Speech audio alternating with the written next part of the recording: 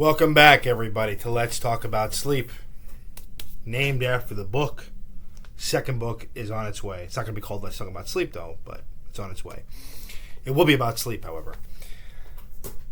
Once we get to 1,000 subscribers, one viewer at random will get a signed copy of that, but you got to be in it to win it, so make sure you subscribe to this channel. Please click like on this video if you liked it. Please share it with your friends and family. And as I always say, these videos are for what? Education only.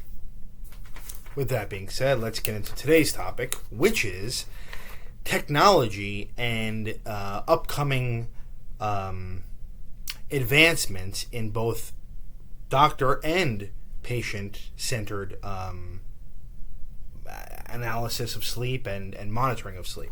Okay, so this is from the American Academy of Sleep Medicine's technology report that they just released, and a couple interesting things I want to show here or talk about here. And some of this stuff is already out, some of it is not, some of it's coming out, but most of this stuff you can find more information on if you're curious.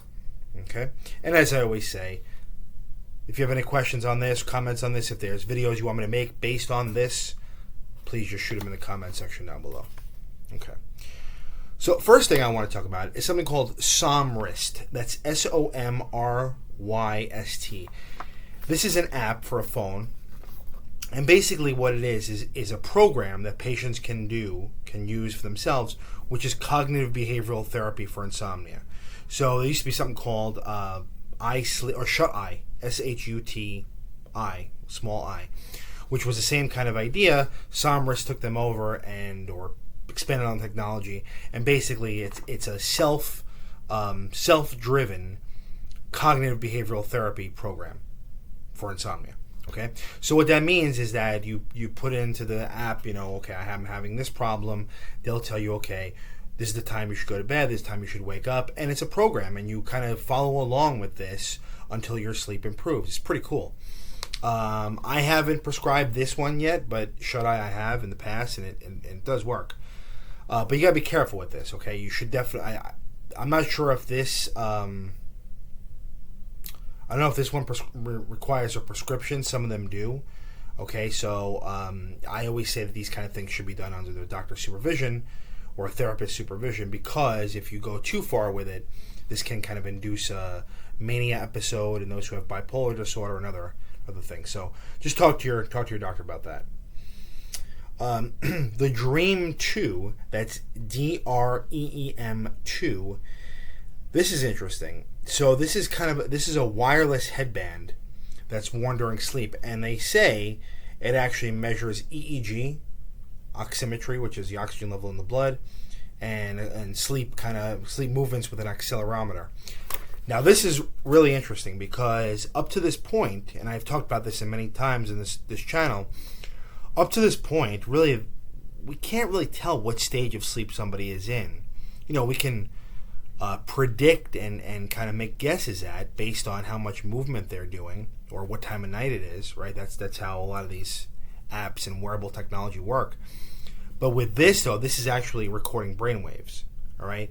And that really, I can't say how effective this is yet because I haven't tried it yet, or I don't even know if there's any data on this. But the idea, though, is that with brainwaves, you get a more kind of comprehensive look at truly how deeply somebody's sleeping, how much they're waking up, so on and so forth.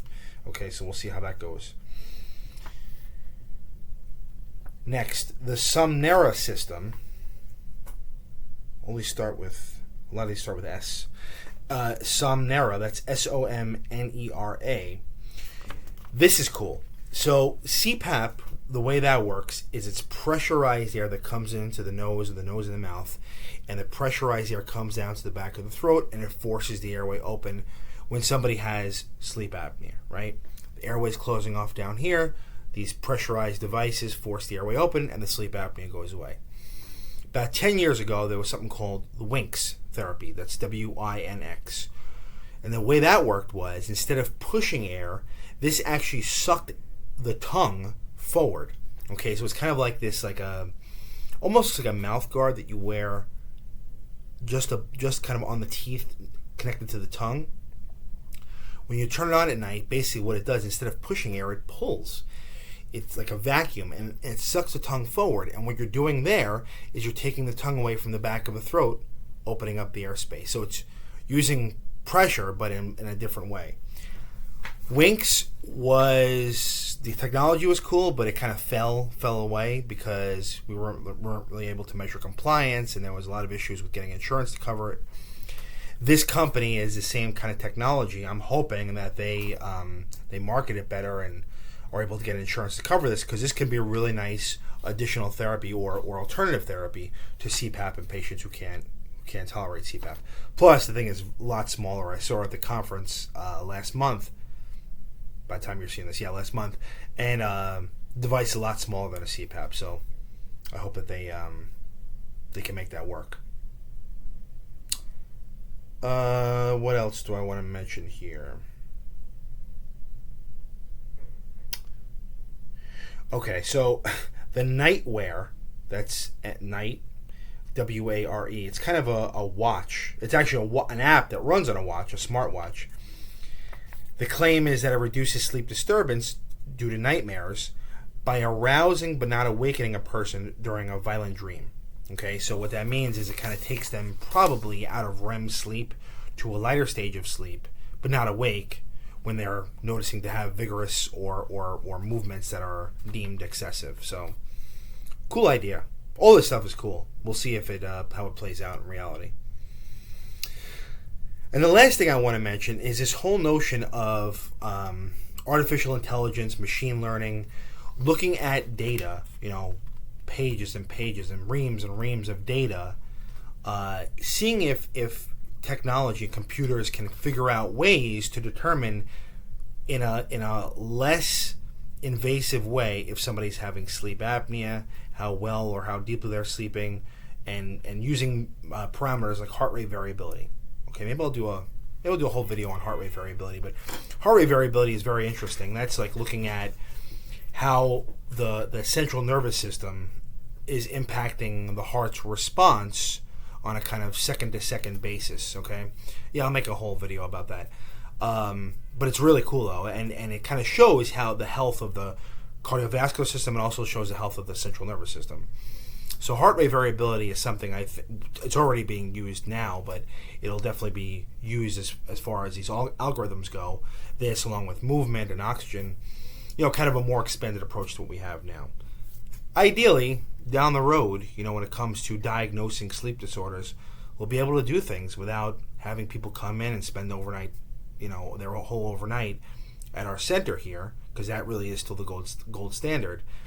But for someone like who has sleep apnea, okay, a home test is fine now.